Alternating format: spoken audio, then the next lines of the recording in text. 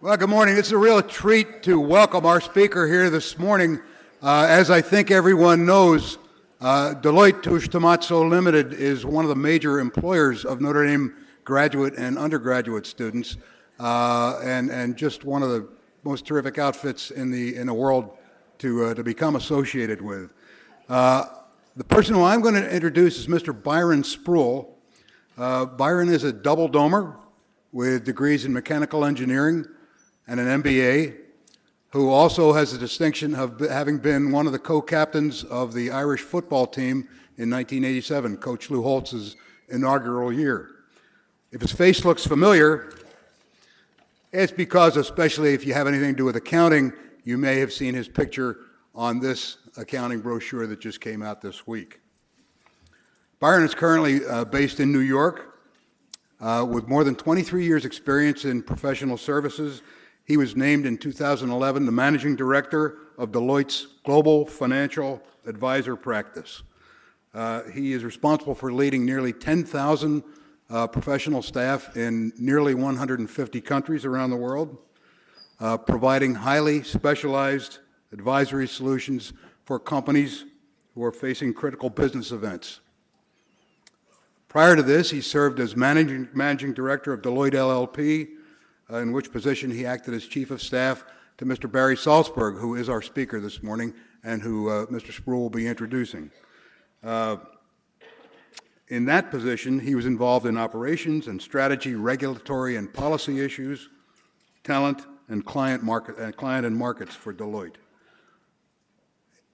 Among all the things that he specializes in, one of the things that I think is most resonant to anybody in this room is what he took from Notre Dame and has followed for the rest of his life. If you read Byron Spruill's resume, you'll see a lot that has to do with service. Service on local boards, service on national boards, service to charities, involvement, the kind of involvement that we here at the Mendoza College of Business and the University of Notre Dame feel is extremely important. So please, let's give Mr. Byron Spruill a big Notre Dame welcome.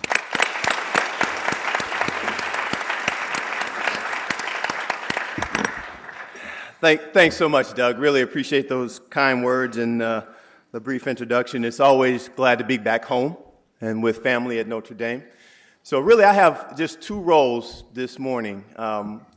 One is to, again, say thanks to you for coming today and really to set the tone. And hopefully you'll almost picture this as the pep rally before the game, okay? So the pep rally before the game. When I'm done, I think you'll get it, okay? The second thing is to actually introduce our formal speaker today, and a man that I've known for almost 10 years now, and I'm just honored to do both of these roles this morning with you. So a little bit of setup and tone setting, and then also to introduce our speaker. But let me amplify a little bit in terms of what Doug described around the journey for me. He gave you a bit of my background, but I'd also just like to amplify just two things. You've no doubt, given the experience of being a student here and also an athlete here, no doubt have heard many maybe stories and or quotes from Mr. Lou Holtz, who I played for. And so I just want to share one of those quotes with you today that probably engenders a lot of what Barry will be talking about in just a few minutes in his discussion. But that quote is, "Do right, do your best, treat others as you want to be treated. Do right, do your best, and treat others as you want to be treated." And I would tell you that not only applies in the locker room where Lou Holtz is speaking or Brian Kelly today, but also in the business world, and it certainly has been embodied in me for many years. And that, to Doug's point, has been the reason that I've sort of valued my experience here and the system of a Notre Dame, and then to move on to a place like Deloitte that carries the same and very similar values. So let me just give you a little bit more, though. But after earning my MBA, I completed an internship with Procter & Gamble, then took on a consulting position with Peterson Consulting, which is part of Navigant Consulting today. And so with the 7 years with those prior firms and now 16 years at Deloitte, I can honestly tell you that I've been in professional services now 23 years, but it's been a wonderful journey. One that really from a career experience has allowed me to work with several Fortune 500 companies, where you really can make a difference. And I mean that through expertise, through insights, and through hard work, obviously. But for me, the analytical and problem-solving skills that I learned here at Notre Dame, and then with the ethical leadership and other values that I'm learning and still have embodied me at Deloitte, has really sort of built the character around who I am today. But I look at a lot of mentorship, a lot of coaches, a lot of people that have been in my life influencing me along the way as well. So not just the institutions, but the people too, and I'll get to that in a second. So at Deloitte, I've obviously had the opportunity to work in many places, Houston, Chicago, New York, now leading, as Doug said, our financial advisory business globally and seeing very interesting parts of the world and part of that. But to me, it still drives back to being able to make a difference for our organization and then for our clients. And frankly, for people like you who may join an organization like Deloitte, so I spend a lot of time speaking in venues like this to students to really talk about what professional services is about, the career that you can build as a result of having that foundation of a place like Notre Dame, but then joining a world-class organization like a Deloitte. So for me, just early on, I recognized that, between Deloitte and Notre Dame, the commitment to excellence, ethical leadership, discipline, and really even the ability to persevere through some adversity as well are things that I've lived, but also have experienced both on the academic side, the professional side, and certainly the athletic side. So with that as just a little bit of background, let me now introduce the speaker who, as I said, for 10 years now has been a mentor, a coach in many respects, a friend, and somebody who I think you will absolutely enjoy hearing his words, given his wealth of experience. So let me tell you a little bit about that. Obviously, we offer Deloitte, we offer services in audit, tax, consulting, and financial advisory. Barry leads our global organization, which is present in over 150 countries and has over 200,000 employees. With this being his background, he actually was born in Brooklyn and is based out of New York City. Barry actually joined Deloitte in the tax business in 1977 and then made partner in 1985. So you'll find a quick learner for sure. Early in his career, Barry was a lead client service partner and became an authority on personal tax and partnership tax matters. He served chief tax officers of many large client organizations, helping them with both personal tax and financial planning needs. Barry built a really impressive record of leadership throughout the U.S. firm and then also now globally, of course. In 2007, he was appointed CEO of the Deloitte U.S. firm, where he was responsible for strategy oversight of our largest member firm. And of course, as Doug mentioned, that's where I really got a chance to work with him closely and watch a leader in action. And if you've ever had that opportunity or get that opportunity, jump at it, because it's one thing to really watch and learn from a leader in action. For the last 18 months, Barry has led the global Deloitte member firm network. He's been responsible for strategy, regulatory, policy, talent, clients and markets matters, among others, as I said, in 150 countries. Now, what's interesting about this, just in 18 months' time, he's already posted the highest ever aggregate member firm revenue for our firm. Obviously, we've become more than 200,000 employees with the goal of becoming and hiring another 200,000 by 2015. And he's expanded that presence in not only the 150 countries, but now looking in emerging markets like Mongolia, Myanmar. I don't know if any of you guys know where Myanmar is, but quite interesting. And growing practices like Turkey, Brazil, Africa, China, Southeast Asia, and Chile. So he's world-traveled, well-renowned, and we just have such respect for this terrific leader. Now, obviously, these are terrific results, and I'm sure he'll give you more insights about what he's seen in that experience over those years and what he sees for the future of Deloitte and professional services. So, with that, let me almost get an opportunity here to turn over the stage. Now, I think I'm going to take a little risk here, do something that may not have been done before. But in true Notre Dame fashion, what's one of our favorite chants, particularly for an 8-0 team? Anybody? What's just one of them that happens at a game? We are ND, right? All right. So I want this half of the room.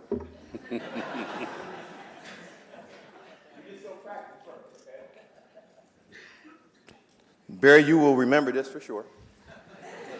So this half of the room, just going to practice on two. We're going to do two times. We are ND, okay? Got it? Ready? We are ND. We are ND. Okay, that's pretty good. That's pretty good. I like the acoustics in here. So, to make it even more memorable for Barry and a real Notre Dame welcome, we're going to say, welcome, Barry. Ready? Welcome, Barry.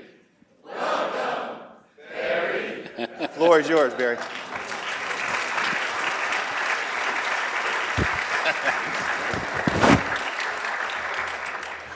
Well, I must say I've never been introduced that way before. So thank you, Byron. It certainly will be very memorable. Good morning. It is a true delight to be here. I have not in the past been at Notre Dame, so this is my first day at Notre Dame, and tomorrow will be my first day at a college football game. I know I'm 59 years old.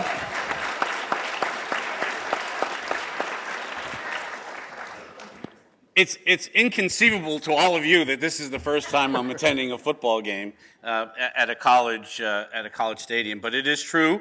I'm looking forward to it tomorrow, and I'm pretty confident that you're going to destroy Pitt. It's got to be. And so I am particularly excited about it. I truly enjoyed yesterday. I was here, took a wonderful tour of the facilities here. It's absolutely delightful. It is really a fabulous institution. I've seen this picture 1,000 times in so many different places, but to see it live and to be here and to enjoy the culture, the family orientation, the community spirit, and the true leadership that's demonstrated here is just fantastic. So thank you for inviting me. I am looking forward to my day today, the football game tomorrow. As well. So I'm very, very excited. The Mendoza College of Business is really famous for its emphasis on individual integrity and effective organizations. This is expressed loud and clear in your motto, ask more of business, ask more of yourself. And so as students of Notre Dame, I'm going to do something a little bit different. In my presentations in the past have usually been full speeches. I'll give a little bit of a speech here as well. But I like a little bit of dialogue. And I'm going to really hope I can get some interesting insights from you into real-world dilemmas that face business leaders all around the world. And I'm going to pick 3 scenarios that we've created at Deloitte in the context of ethics and learning about ethical behavior. And I'd love for you to, raise your hand when I'm finished describing the scenario and give me your impression. What would you do and what do you think? We'll do it real quick. I don't know you, so you can't be wrong. I won't hold it against you for sure. I'm really interested in your perspective. Let me give you the first scenario. You get a sense of what I'd like to just begin talking about. You're the owner of a small, relatively new company, and you land your biggest ever client. Let's assume it's a global manufacturing client. When you start working with your client in their operations, say in Asia, you discover that they're illegally employing children at one of their factories. Simple fact pattern. What do? That's the scenario. Reaction? What do?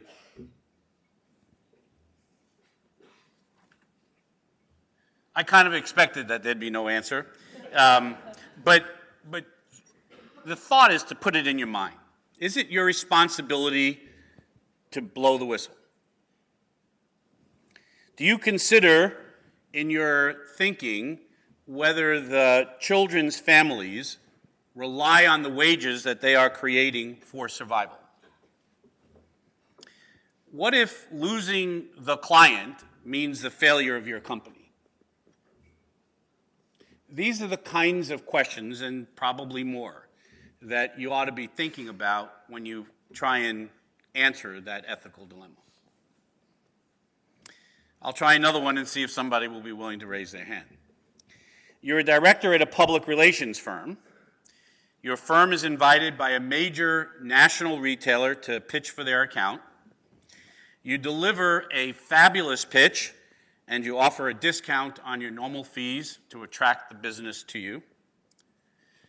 Over drinks one evening, the person on the selection committee tells your colleague the exact fees that your competitor proposed, which are lower than yours, and quietly suggests that your firm adjust their proposal.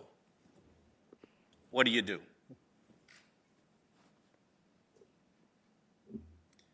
Ethical dilemma. Do you use the inside information and lower your fees? Do you stand your ground, keep the fees the same? Or do you walk away from the work entirely? Think about it. Let me give you my third and final challenge. You're a partner in a consulting firm. You're about to sign a multi-million-dollar consulting contract with a Fortune 500 company. When you hear from a reliable source that the company's executive leadership team is about to be investigated for insider trading, what do? Does the information impact your impending contract? Now, what is the right answer for these three ethical dilemmas? I'm going to suggest to you that there is no right answer right at the moment. In life, in general, some are black and some are white, but most of the ethical dilemmas that we face, there's no single right answer. But rather, the objective ought to be always to bring many different viewpoints to the table, get a wide array of expertise together to find the best solution to the problem. And that's what we've done today. We've heard a variety of different perspectives. We've heard different views on all subjects in ethical dilemma situations. And the key, in my view, in assessing this is to consider the issues, the risks, and the potential consequences of a variety of possible actions. And with all that information and reflection, I think you'll be best positioned to make a good decision. Now, in my organization, in Deloitte, we practice this type of ethical decision-making so that everyone knows, including leaders, that they never have to go it alone. And that is a very important message to leave behind. You never have to go it alone. There's always people you can seek counsel from, perspectives on the particular issue, guidance, advice, people that might have been there before that could help you deal with the situation. The values that guide the College of Business here are very much in line with Deloitte's values as an organization. In particular, our focus on honesty, integrity, and ethical behavior. Now, most importantly, we also both share the ideal that business itself, business, can be an engine for creating good in the world. And I think that it's this shared value that we have, Deloitte and here at Notre Dame, particularly with Notre Dame being recognized by Bloomberg as the best undergraduate business school in the country, 3 years in a row. This is the perfect home for the Notre Dame Deloitte Center for Ethical Leadership. This morning, I spent some time with the advisory board of the center, and it was a wonderful discussion. I really appreciated the dialogue that we had at the board about ethics in general, specifically about what we're doing at Deloitte and the experiences that I have by traveling the world and visiting many countries and many parts of the world. It was really a fabulous discussion. And then this afternoon, we're going to have the dedication to the facility here, and I'm totally honored to be part of that, and I really, really look forward to it, so thank you for it. In the United States, we benefit from a dynamic and highly competitive business environment with innovation and entrepreneurship continually shaking up industries and giving rise to entirely new ones. But this is offset by a challenging economic environment in which unemployment remains stubbornly high. It's not just the global financial crisis and the decisions that led to it. It seems like every day there are new scandals all over the headlines that call into question trust, the trust that people place in respected businesses, leaders, and institutions.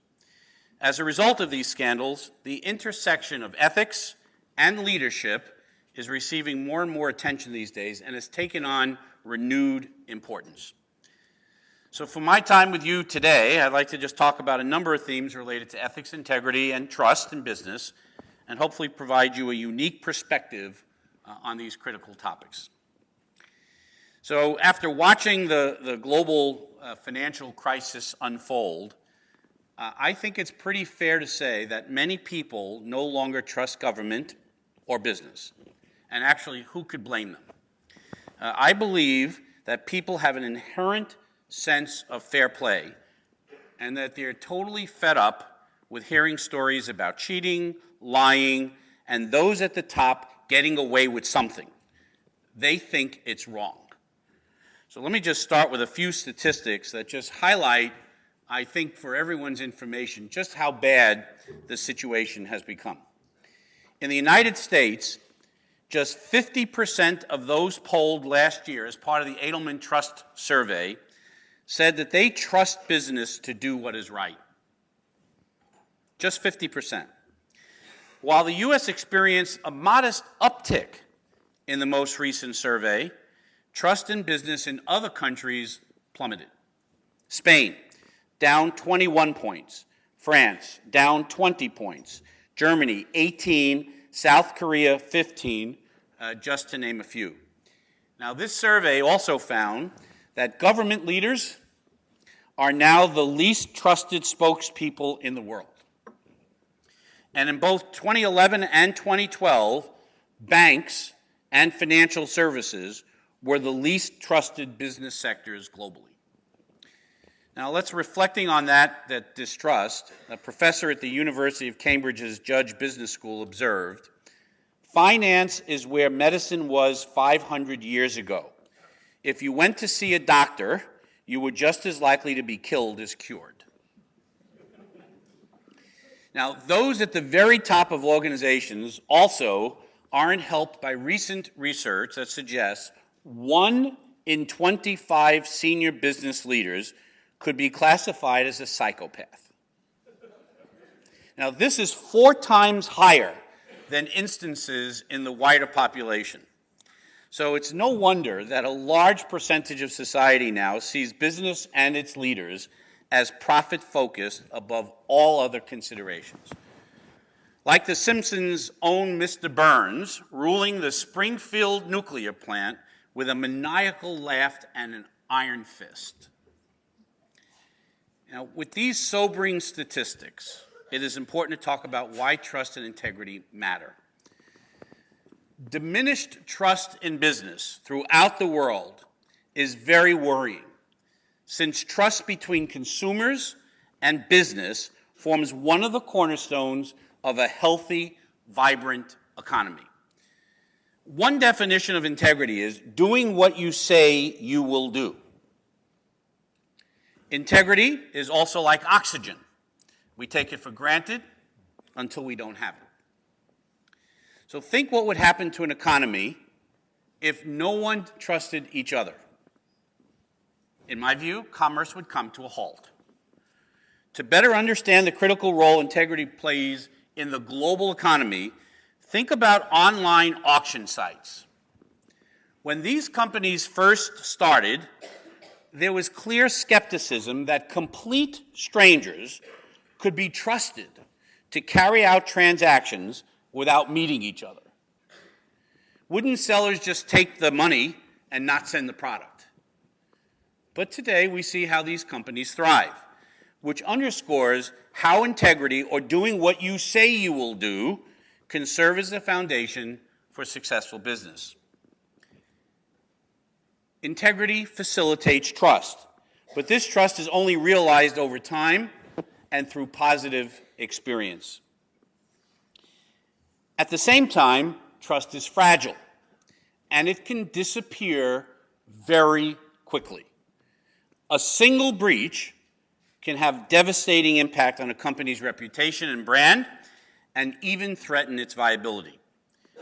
If you want to know what worries CEOs like me in the middle of the night, it's the rogue employee or employees who tarnish our brand. Warren Buffett said it perfectly. In evaluating people, you look for three qualities: integrity, intelligence, and energy. And if you don't have the first, the other two will kill you. I think that sums it up pretty well. He's clearly referring to the bad apples, or rogue employees, who take action without regard for ethical or moral standards and endanger the organizations in which they work. And believe me, they're out there. But for those looking to do the right thing, there are real, tangible benefits to be gained. Think about efficiency in business transactions, customer loyalty, retention, employee loyalty and engagement, and business longevity and sustainability. Commitment to integrity at all levels of the workforce will help simplify commerce and unleash market efficiencies that provide long-term benefits. But herein lies the dilemma. When individuals are asked whether they are ethical or have a strong sense of integrity, the overwhelming majority answer is yes.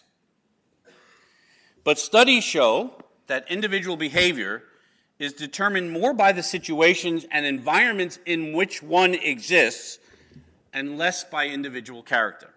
One of the challenges of discussing ethics and integrity is that they can mean different things to different people. Let me let you consider the following questions. Is it ethical to raise the price on snow shovels after a snowstorm? To raise the price on a popular toy just before Christmas? What about a grocery chain that faces competition from other stores in many communities, charging more in a community where it faces no competition? I don't mean to single out any group in particular, but for each of the questions I just posed and others like them, a survey of MBA students in 2009 found that they were 3 to 4 times more likely than the general public to say the actions I just described were completely fair or acceptable. So this is a great example to me of how ethics, like beauty, can be in the eye of the beholder. There is no universal truth or moral standard, though it would make life a lot easier if they were. Now, I don't think that the MBA students that we surveyed in this study are being unethical. Rather, they're probably taking a view solely on what's in the best interests of the company or the shareholders. I'd like to think that if you asked those same students to consider the same questions in a broader context, one that includes all stakeholders, such as consumers, employees, and even society in general, they might have a different answer. I'm encouraged by the findings of some work that we did at Deloitte with our own people. We identified 1,000 millennials, employees who are 30 years and younger, across about a dozen of our firms around the world, and asked them about the role of business in society. And we learned some very interesting things. These employees believe that in the future, business will have the greatest impact on solving society's biggest challenge. They overwhelmingly reject the idea that profit is the sole measure of success. And nearly half of them also believe business leaders think too much about the short term and are entirely focused on profit. These findings suggest that the leaders of tomorrow, and hopefully all of you in this room, possess the ideals, integrity, and moral guts that will help rebuild trust in business. The findings also suggest a desire to follow this school's ethic and ask more of business. And personally, I'd like to see more business schools actually explicitly embrace this idea. It's critically important for business leaders to behave ethically and responsibly, thinking beyond short-term revenue opportunities. Finding a way to merge personal values and principles with business goals and objectives. Now, our Deloitte Global Network works to promote ethical and responsible decision-making through a number of learning programs. We pursue all kinds of initiatives that encourage our people to serve others, like our Deloitte 21 program, which is a global effort which all of our Deloitte professionals help underserved young people acquire the education and the skills that they need to seize economic opportunity in the future. In my role as global CEO of an organization, as Byron indicated, of over 200,000 professionals in 150 countries, I have a window into business practices throughout the world. For all the talk with differences between countries and cultures, what I'm struck by is how very much alike we are when it comes to the values and principles that guide businesses. These shared values, including a commitment to ethics and integrity, have advanced a steady deepening of global economic integration. It's the old Chinese proverb that says, if you stand straight, do not fear a crooked shadow. Or Aristotle, he said, we do not act rightly because we have virtue or excellence, but we rather have those because we acted rightly. Or the words of Thomas Jefferson, in matters of style, swim with the current. In matters of principle, stand like a rock. Each comes from a different part of the world, but the messages are exactly the same. Now, I don't want you to get me wrong here. Culture and business practices are different depending on where you are in the world. And sometimes that makes all of us uncomfortable. But there's much more that unites us, and the shared values and principles are the foundation upon which the robust global economy can be rebuilt. I've seen that common purpose within Deloitte. Years ago, we undertook a global effort to better understand our values and our principles. It wasn't a top-down approach where a few people sat in a boardroom, decided what was important to our organization, and then kind of drove it through the organization. Rather, it was bottoms up, conducting interviews and focus groups with hundreds of people from across our global organization. And our common values came to light through this process. Outstanding value to our clients, strength from cultural diversity, commitment to each other, and most importantly, integrity. Our people told us that these were the underlying threads that make us who we are and drive our behavior with clients and with each other. And they said that these values make us a better business, will enable all of our firms around the globe to service global clients with quality, with consistency, and allow us to put trust in team members we've never seen. So, I would say to you with this message, this is a fascinating time for you to be preparing to enter the business world. There's so much change underway. opportunities in developing countries, in industries that may not have even existed as recently as a few years ago. And of course, there are rewarding opportunities at Deloitte. We can provide support, coaching, and training it takes to advance a career. Our commitment to individual choice lets our people customize aspects of their career path, their development opportunities, and their benefits. And we also pride ourselves on building a culture in which ethics is integrated into everything we do, with expectations of behavior clearly understood, executives leading by example, communication about ethical issues that are open and encouraged. Our organization, like many, work hard to build ethical muscle in people. That is the ability to recognize ethical issues when they arise, handle difficult situations with sensitivity and with judgment, and raise their voice when things just don't feel right. We build this muscle through dialogue, through practice, using cases and simulations to work through dilemmas and learn the power of consultation with others. Now, like many companies, we have codes of conduct and policies that govern professional behavior, and these are important. But the most valuable tools for building ethical judgment and decision-making skills are the examples that we all set for each other. As the next generation of business leaders, it's particularly important for you to develop a deep understanding of both ethics and leadership and bring your knowledge into the workplace.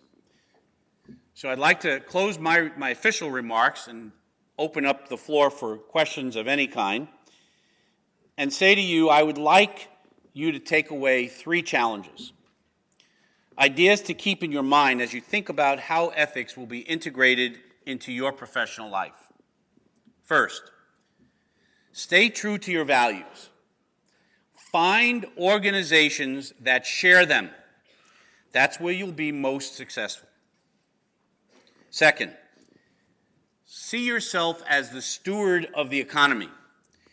It's your responsibility to protect it, to strengthen it, to keep it safe, and more importantly, to make it better than how you found it. And finally, to make integrity, trust, and transparency part of your personal brand. Remember that these qualities don't change with circumstances or location. They're about doing the right thing even when no one else will know. And I suggest that each of you can set an example for your students, your peers, and eventually your work colleagues. I can't think of a better place than Notre Dame to develop your own ethical leadership muscle. And this is why we at Deloitte have made an investment here. So I urge you to keep studying, keep learning, because frankly, we're all counting on you. Thanks for listening, and I welcome at this point any questions and observations that you might have. Thank you.